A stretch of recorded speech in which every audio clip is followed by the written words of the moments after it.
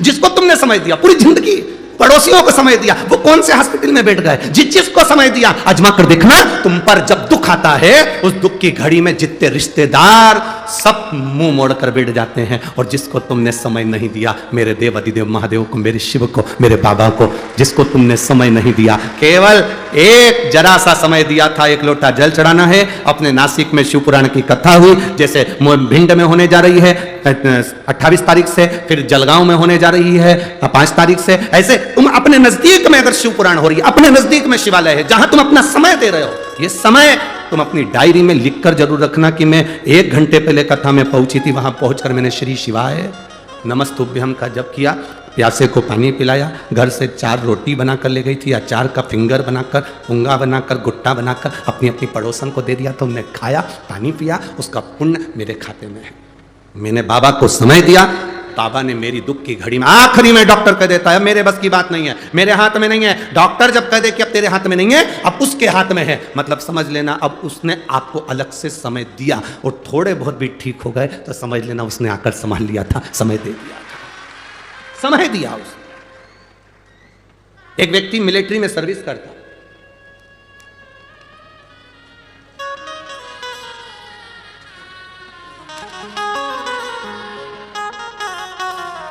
एक पत्र तो यही पढ़ लो, देखो वो मिलिट्री का तो ठीक है।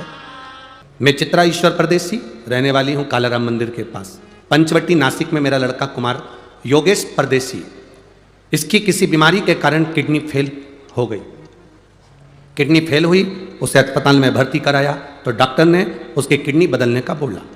हमने, मेरे पति ईश्वर परदेसी अपनी किडनी देने को तैयार हो गए, उसकी जांच हो गई और किडनी देने की तारीख आ गई। इसमें हमारी जिंदगी बहुत कष्टमय से गुजर रही थी गुरुदेव। तब हमारे पहचान वालों ने, आप पत्र में पढ़ रहे होंगे, हमारे पहचान वालों ने कहा, टीवी पर शिव महापुराण की कथा चल रही है, वो कथा सुनकर शंकर भगवान को 1 लोटा जल डालना समर्पित करना प्रारंभ करा, और शिव जी का चढ़ा हुआ जल अपने बेटे को पिलाना प्रारंभ करा। बेटे की किडनी बदलना थी, उसके डायलिसिस होते थे, इतने डायलिसिस होते थे कि 2 दिन के अंदर डायलिसिस का क्रम चलता था। अब किडनी बदलने की तारीख आ गई, एक बार वापिस डॉक्टर के पास उनको ले जाया गया। डॉक्टर देखकर अचंभे में पड़ गया, आश्चर्य में पड़ गया कि इसकी किडनी ने काम करना प्रारंभ कर दिया और डायलिसिस भी बंद हो गया, अब दवाई भी नहीं खाती, डायलिसिस भी बंद हो गया और बाबा ने उसको संभाल लिया। दीदी ने एक लाइन बहुत अच्छी लिखी है, ओ भोला सब दुख काटो, ओ भोला सब दुख काटो। इसमें लिखा डायलिसिस पूर्ण तरह से बंद हो गया, उसकी दवाई बंद हो गई और मेरे बेटे की किडनी ने काम करना प्रारंभ करा, अब वो बहुत अच्छे से सब कार्य कर रहा है, कोई चिंता नहीं। ये शिव भक्ति। कौन आया उस समय पर? पिता अपनी किडनी देने को तैयार हो गया, मां अपनी किडनी देने को तैयार हो गई, परिवार में टेंशन आकर खड़ा हो गया। डॉक्टर के हिसाब से बीमारी बड़ी थी, किडनी चेंज होना थी, पर बाबा पर भरोसा करा, आपने उसको समय दिया। ए मेरी नासिक की जीजियों और मेरे नासिक के जीजाओं, सावधानी रखना।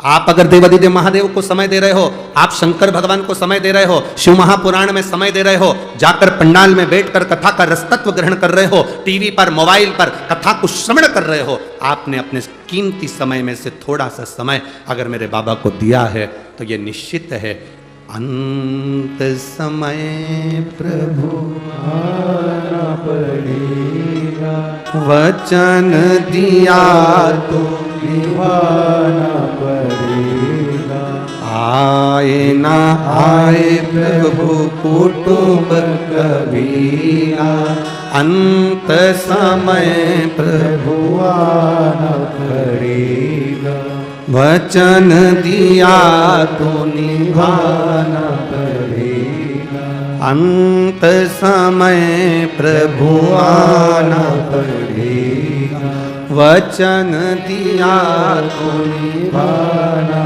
पड़ेगा। ये आपने जो उसको समय दिया, उसने आकर आपको साथ लिया, वो संभाल लिया।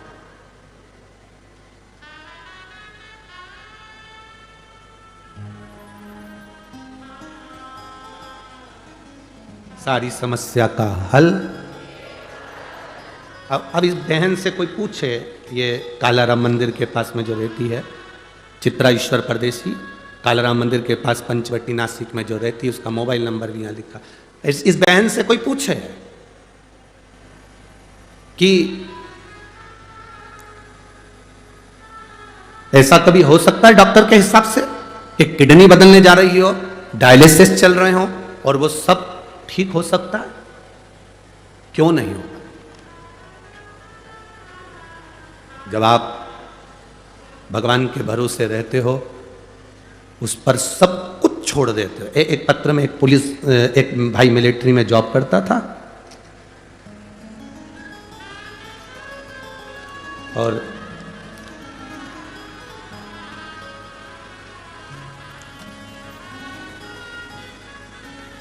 उर्मिला संदीप बड़गुजर, नासिक, पार्थुड़ी फाटा, मोबाइल नंबर ये है। कहीं बैठी हैं तो हाथ हिला से, आप ही हैं?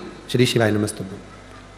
मेरा पति संदीप बड़गुजर जो आर्मी में 19 साल कार्यरत होकर रिटायर हो गए, 5 साल से सरकारी नौकरी के लिए प्रयास कर रहे थे कि गवर्नमेंट की कोई अच्छी नौकरी उनको मिले, पर कोई चांस 5 साल से नहीं लगा। तब मेरी माँ जो आपकी बहुत बड़ी शिव महापुराण की भक्त हैं, उन्होंने मुझसे कहा एक बार पशुपति व्रत कर। पति पत्नी दोनों ने मिलकर पशुपति व्रत किया, बाबा से प्रार्थना करी। पति कहते हैं क्या ऐसा हो सकता है? पशुपति व्रत का फल क्या मिल सकता है? ये व्रत तो हमने कभी सुना नहीं, 6 दिया का यह फल हमने कभी आज तक देखा नहीं। फिर भी माँ कह रही है अपन व्रत करते हैं। घर में प्रसाद बनाना, 6 दिए लेकर मंदिर जाना, 5 दिए लगाना, प्रसाद के 3 हिस्से करना, 2 हिस्से मंदिर में छोड़ना, 1 मंदिर का हिस्सा लेकर आना, 6ठा दिया दरवाजे पर लगाना। ये सब कुछ हमने किया। बाबा, पर बाबा तो बाबा है गुरुदेव, मैं आपको धन्यवाद देती हूँ, मेरे पति की नौकरी पुलिस विभाग में लग गई, मैं बाबा को धन्यवाद देने के लिए। बैठिए बहन, एक बार हाथ हिला दो। हर हर महादेव। शिव तत्व इसी को कहते हैं। एक विश्वास जागृत हो, एक भरोसा केंद्रित हो। जब विश्वास दृढ़ हो जाता है, भरोसा केंद्रित हो जाता है, तब मेरा बाबा स्वयं आकर खड़ा हो जाता है। स्वयं लाखों के दुखड़े जो तू हर गया डमरू वाले, मेरे दुखड़ों को देख कर क्यों डर गया डमरू वाले। लाखों के दुखड़े जो तू हर गया डमरू वाले, मेरे दुखड़ों को देख कर क्यों डर गया डमरू वाले। अब देव उसको समझ। हम क्यों कहते हैं कि 1 लोटा जल सबको चढ़ाना चाहिए? घर के बच्चे हैं तो वो चढ़ाए, बेटी है तो वो चढ़ाए, बेटा है तो वो चढ़ाए, पति है वो भी चढ़ाए, पत्नी है वो भी चढ़ाए। कारण कब वो जल तुम्हारे किस काम आएगा वो तुम भी नहीं जान सकते। तुम्हारी दुख की घड़ी में कब मेरा देवाधिदेव महादेव आकर खड़ा हो जाएगा तुम समझ नहीं पाओ। गाली देने वाले, अपशब्द करने वाले, ताने देने वाले, आड़ा टेढ़ा बोलने वाले कोई दूसरे नहीं होंगे, तुम्हारे नजदीक में रहने वाले तुमको बढ़ता हुआ देखकर, प्रसन्न होता देखकर दुखी होंगे। गौतम बाबा, गौतम ऋषि और माता अहिल्या से उनके पास में रहने वाले ब्राह्मण ब्राह्मणी जो निवास करते थे, उनके अंदर ईर्ष्या जागृत हो। कोई दूसरा नहीं, नजदीक पड़ोसी, पास में रह रहे हैं, नजदीक में रह रहे हैं।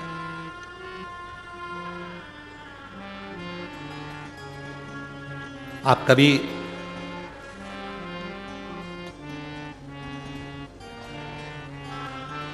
अब जब गौतम ऋषि के नजदीक में रहने वालों ने चाल चली,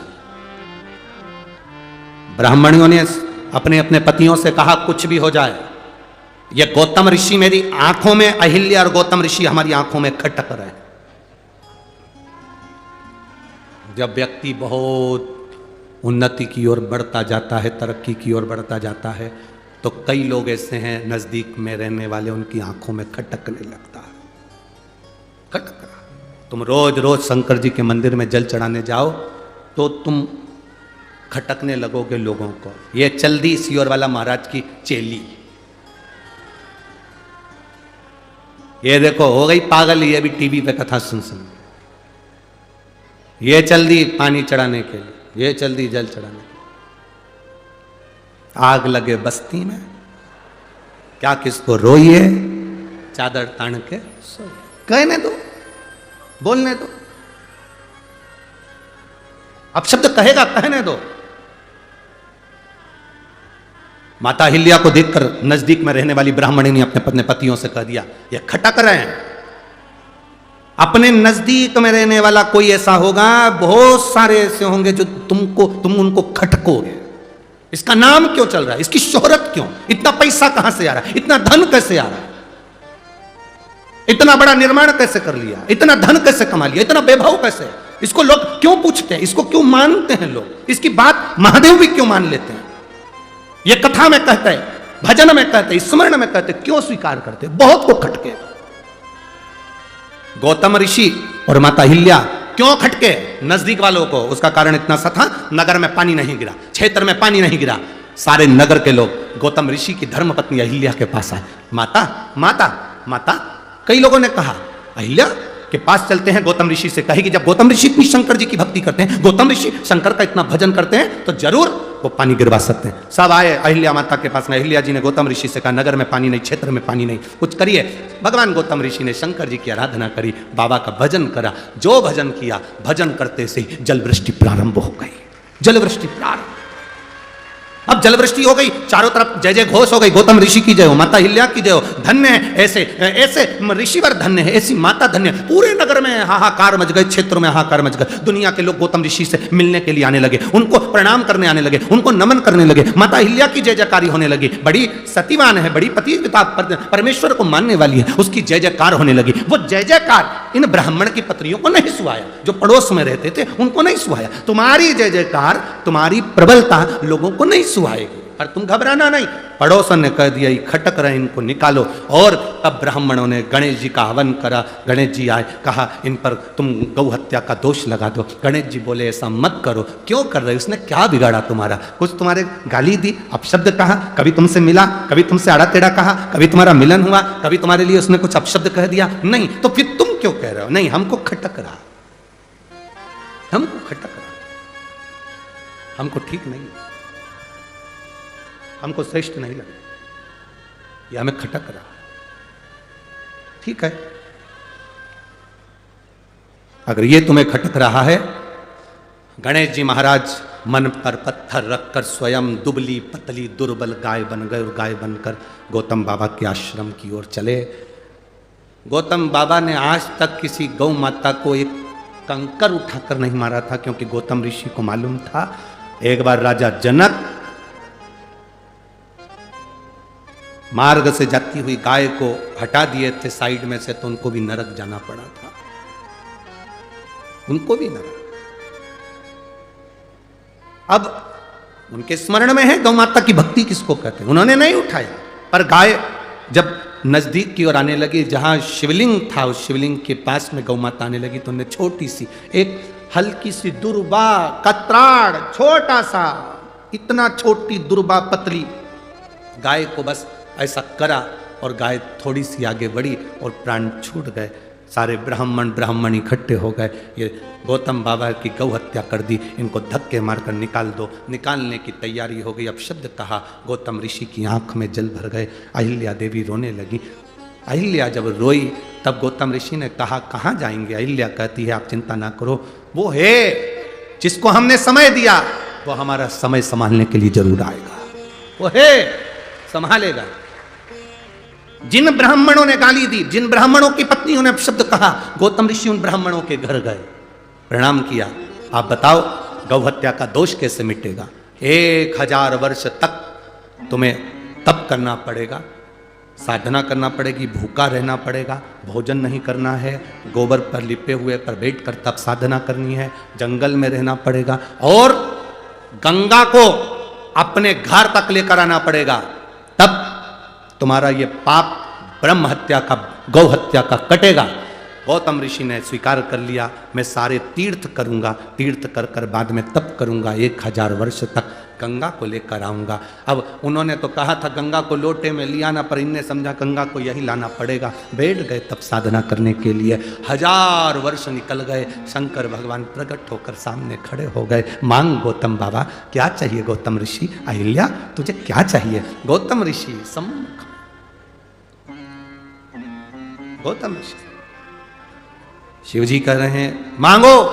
गौतम ऋषि कहते हैं बस कृपा करो, गंगा लाना है यहां, इतनी सी बात। शंकर जी ने कहा पहले मेरा मन कर रहा है कि जिसने तेरे पर झूठा इल्जाम लगाया उनको मैं पूर्ण तरह से बर्बाद कर दूं। जिन्होंने तेरे ऊपर गलत इल्जाम लगाया मैं उनको श्राप देना चाहता हूं। इतने में गौतम ऋषि की पत्नी अहिल्या चरण में पड़ गई। ना ना बाबा, बाबा ना, बाबा ना ना,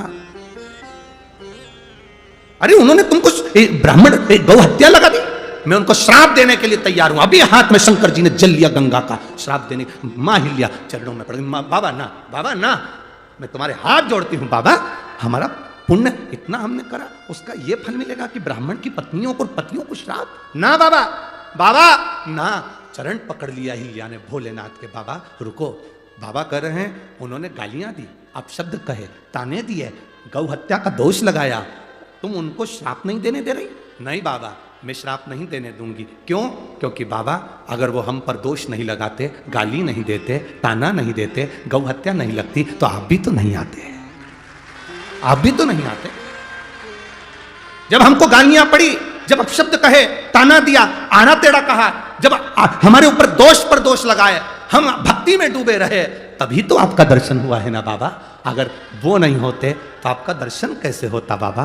बस आप मिल गए ना बाबा, उनको छोड़ो, आप तो गंगा को लाइए। शंकर भगवान ने 7 जटा में से 7 केश को ऊंचा किया, गंगा की धार गोदावरी बनकर निकलकर प्रकट हो गई। गोदावरी बनकर प्रकट। भागीरथ बाबा गंगा को लाए थे और गौतम बाबा गंगा को लाए थे। भागीरथ बाबा जिस गंगा को लेकर आए उसको भागीरथी कहा गया, और गौतम बाबा जिस गंगा को लेकर आए उसको गोदावरी कहा गया। भागीरथ बाबा जिसको लेकर आए उसे भागीरथी कहते थे, और गौतम बाबा जिसको लेकर आए उसको, जब तक अपशब्द लोग नहीं कहेंगे तब तक भगवान भी नहीं मिलता साहब। आड़ा टेढ़ा कहेंगे तुम्हारा मन हटेगा, अपशब्दों से दिल कछोटेगा, तब तो भगवान के पास जाओगे, तब तो भगवान के पास जाओगे। भगवान के पास जीव जाता कब है? जब दुनिया का वहां पर अपन जाते हैं गंगा नहाने के लिए, वहां लिखा रहता हरिद्वार। क्या लिखा है? बोलो बोलो, जम के बोलो। हरिद्वार। हरिद्वार का मतलब क्या होता है? जब अपना द्वार बंद हो जाए तो हरि का द्वार खुला है। अपने द्वार से जब धक्का दे दिया जाए तो हरि का द्वार खुला है। अपना द्वार बंद हो जाए तो हरि का द्वार खुला है, उसका नाम हरि द्वार है। तुम्हें सब ठुकरा दे तब उसके पास जाओ, सब धक्का दे दे तब उसके नजदीक, सब अपशब्द कह दे तब उसके करीब में जाओ। और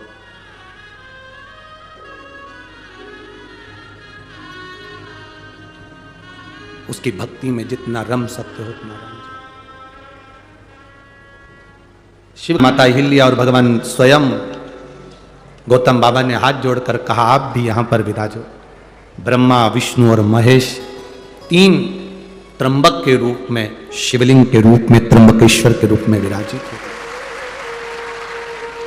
सारे 12 ज्योतिर्लिंग में जितने भी 12 ज्योतिर्लिंग हैं उन ज्योतिर्लिंगों में स्वयं शिव हैं, पर त्र्यंबकेश्वर की पवित्र भूमि पर ब्रह्मा, विष्णु और महेश तीनों।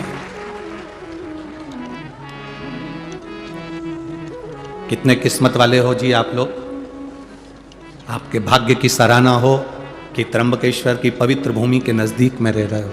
अपने अपने घर जाकर एक बार राइनोन से नजर उतरवा लेना, ये शिव की कृपा है, ये बाबा की करुणा है। आप अगर शंकर के नजदीक में हैं तो आप भाग्यशाली हैं। शिव के नजदीक में अगर आप हैं तो आप भाग्यशाली हैं। बाबा तो बाहर रहता है, उसका नियम है, नासिक यहां रह गया, त्र्यंबकेश्वर वहां रह गया, दूर है वो शहर से, एकांत। आप लोग अगर कुबेरेश्वर धाम आए होंगे तो आप लोगों ने दर्शन करा होगा, सीओर 9-10 किलोमीटर उधर रह गया और कुबेरेश्वर बाबा इधर, कुबेर भंडारी इधर। आप में से कितने लोग हैं जो कुबेरेश्वर धाम कभी आए हो? आए हो सब लोग? रखिए याद, कभी मौका मिले तो जिंदगी में एक बार कुबेरेश्वर बाबा की उस धरा पर आकर कंकर शंकर रखकर उसकी पूजन कर कर उससे दिल से प्रार्थना कर कर जरूर आना। जो दे मांगा वो दिया, जो मांगा वो दिया, वो देता जरूर है। कई लोग आते हैं दिवाली मनाने के लिए, दीपावली के अवसर पर आते हैं। आज कई लोग कह रहे थे गुरुजी देव दीपावली आज है क्या? अब हम उनको क्या कहें कि कथा चल रही है, देव दीपावली यहाँ कथा 25 को विराम होगी और 26 तारीख की देव दीपावली है। 25 को तो यहाँ विराम हो जाएगा, 26 को आएगा ना देव दीपावली का पर्व। तो बाबा क्या देता है ये आपको मालूम पड़ेगा। आपको कल कथा में कहा था देव दीपावली के दिन 7 दीप 7 पुष्प का पूजन अवश्य करें, खजाना लुटाता है। जैसे हमारे यहाँ कुबेरेश्वर धाम पर दिवाली के दूसरे दिन सुबह 9 बजे से 12-1 बजे तक खजाने का काम रहता है। बाबा का जो दीपावली का खजाना रहता है वो लुटाया जाता है, वो दिया जाता है। लोग उसको लेने के लिए दीपावली की रात्रि को वहाँ पहुँचते हैं, विश्राम करते हैं, लेते हैं, सुबह चले, फिर उसको अपने अलमारी तिजोरी में रोक रख ले, फिर पहुँच जाते हैं अगले साल। बाबा इतना भर देता, फिर पहुँच। शिव कृपा शंकर।